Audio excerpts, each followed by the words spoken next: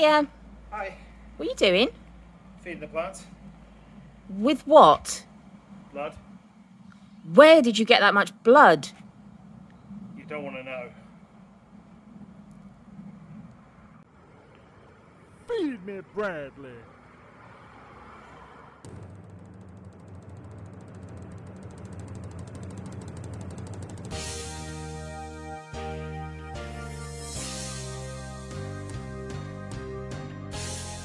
There are two films that have the following story. I watched the first part of the film in drama class, stopped at the end of the lesson and didn't come back to it. Those films are The Godfather and The Little Shop of Horrors. The Little Shop of Horrors, released in 1986, didn't do well in cinemas at the time but did really well and became a cult favourite after its VHS release. It even had 2 Oscar nominations. Today though, I'm recording this with a new appreciation for 80s classics and musicals. Does this measure up to everything I've reviewed so far? Here's my review of The Little Shop of Horrors. In Skid Row, a flower shop is about to go out of business given that they have no customers. However, one of its employees, Seymour, shows the owner, Mr. Mushnick, an unusual plant he obtained recently. The plant, which Seymour names Audrey 2 after his co-worker, whom he has a crush on, instantly draws people in and business looks up, but unfortunately the plant starts to droop. Seymour that night tries everything he can to get the plant to grow, but finds the only thing that works is blood. The plant grows overnight and word spreads about the unusual plant, with people coming far and wide buying loads of flowers in the meantime. As the plant gets bigger, its appetite gets bigger too. The plant also reveals that it can talk. Audrey 2 demands meat, specifically human meat, with Audrey 1's boyfriend, Dr. Orin Scrivello, a sadistic, abusive dentist, being a prime candidate. Seymour is reluctant until he sees Orin hit Audrey, at which point he goes to the surgery fully intending to kill Orin, but the dentist dies of asphyxiation after inhaling too much nitrous oxide. Seymour drags his body back to the flower shop and chops him up for Audrey 2 to eat. Audrey 1 is conflicted after hearing that the police suspecting Orin has gone missing due to foul play, as she feels guilty but is also free of his abuse.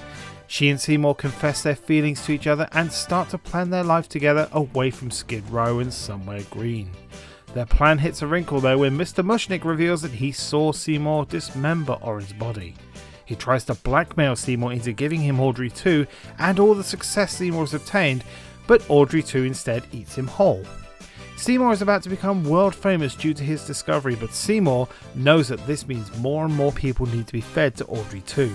He tries to leave town, but Audrey 2 catches him and makes him go out for meat. In his absence, Audrey 2 tricks Audrey 1 into coming over to the shop and almost eats her until Seymour returns in the nick of time to save her. He tries to fight Audrey 2 unsuccessfully, with the mean green mother from outer space bringing their building down on Seymour.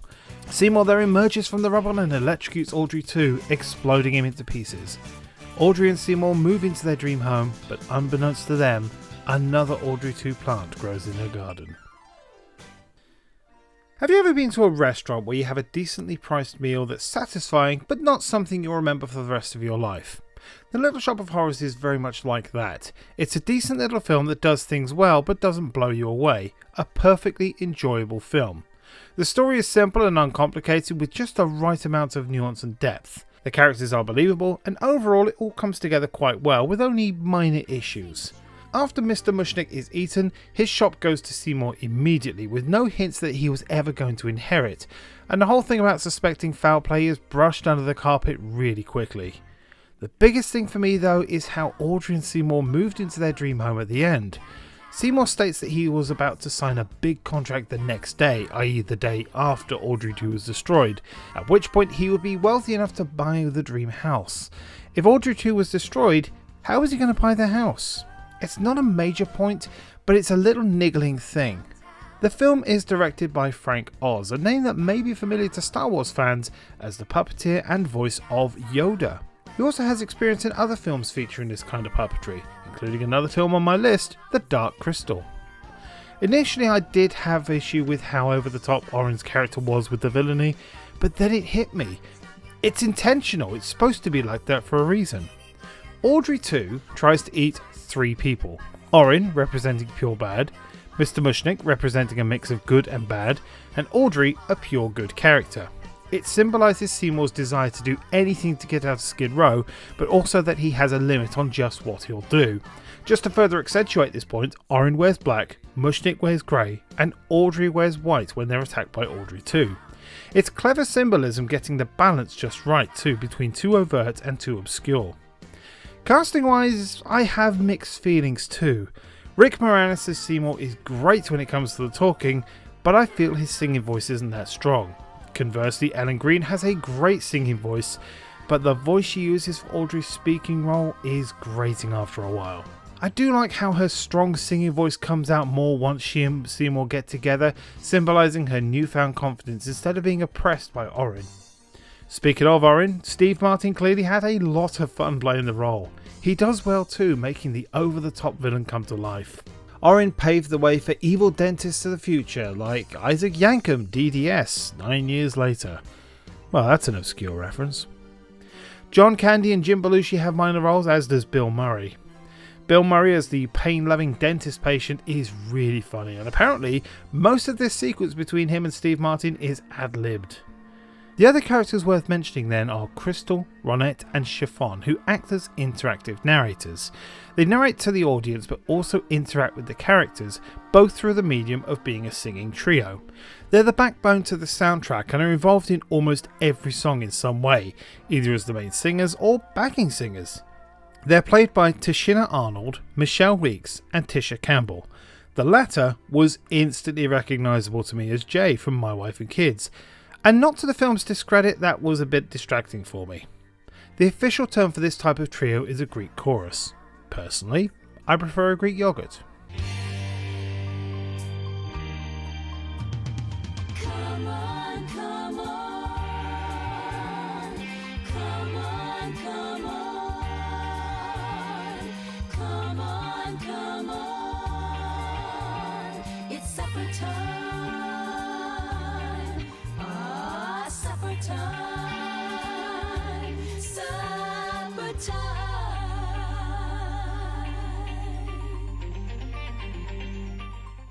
That brings us nicely to the music. A mix of doo-wop, rock and roll and soul, and it's adequate. The music during the film is actually pretty good, but they all lack that punch that makes the soundtrack memorable. None of the songs stay with you after the film, and I don't feel they have the hook that other musicals do. Don't get me wrong, they're perfectly cromulent, but just not that long lasting. I can't not give a special mention to a line that calls Oren, a bad boy biker dentist, the leader of the plaque. Brilliant. Chef's kiss. I thought I heard Somewhere That's Green before. It sounded familiar, and then I realised it was sung by Herbert in Family Guy about Chris, which completely taints it. Much like Time of My Life from Dirty Dancing, where they did the same thing. I will say though that the voice of Audrey 2 really has a great presence. Levi Stubbs, or to give his full name in the credits, Levi Stubbs of the Four Tops, is the perfect voice and brings Audrey 2 to life. He's also one of only two characters to swear, with Oren being the other one. It's funny how only the villains swear in this film. It's fucking fascinating. Audrey as a visual effect is really amazing conceptually. It's a product of Jim Henson, no surprise, and although it may be dated by today's standards, I don't think that's a bad thing. It's a product of its time and the most charming thing about the whole film in my opinion. In 2020, reports emerged of a remake starring Taron Egerton, Scarlett Johansson and Chris Evans. This was postponed indefinitely in May 2021, and frankly, I'm glad. I get the feeling a remake would not capture the charm of the original and would probably flop more than Audrey 2 when he's hungry. The origins of The Little Shop of Horrors is really odd. The original story was a 1960s horror comedy film, which can be found in full on YouTube as of writing, and features a young Jack Nicholson in a minor role. I took a look at this and, oh, it's interesting, though not exactly essential viewing. It's an oddball film in black and white, and if you really like the 1986 film, feed your curiosity. This was turned into an off-Broadway musical in 1982, and then this film in 1986 was based on the musical. Ellen Greene playing Audrey in the original musical before transitioning to the screen role. It'd be like making a musical based on The Blob. What songs would that feature, I wonder? The biggest piece of trivia about this film is the original ending, which test audiences rejected wholeheartedly. It's an ending that cost $5 million and yet was changed, an ending where everyone dies. In the final fight, Seymour is eaten by Audrey II, and then the cuttings are made of the plant and distributed across the country. They grow to Godzilla-like sizes, eating everyone, destroying buildings, climbing the Statue of Liberty, and even bursting through the screen at the very end in a fourth wall breaking moment that Deadpool would be proud of. That too can be found on YouTube, and personally, I prefer it. The ending they went with felt rushed, and I guess this is why. The original ending was released to the public in the 2012 Special Edition DVD. The Little Shop of Horrors is a charming, fun musical film that, although not flawless, is absolutely worth your time. The visuals are nostalgic, there's enough depth in the story, the cast is a who's who of 80s comedy stars. It's not a must-see by any means, but if you get the chance, I suggest giving it a watch if you haven't already. After all, it made me want to see more of it. These puns are getting worse. Before we end this review, this November will be the 50th Film Review Open Challenge selection, and I'm raising money for Medway Puzzles, a local charity who support families of children with autism, ADHD and other additional needs. For more information, please click the video in the top right or visit www.justgiving.com/fundraising/Bradley J Films. Coming up next for the Film Review Open Challenge is Spirited Away. For now though, thank you very much for watching.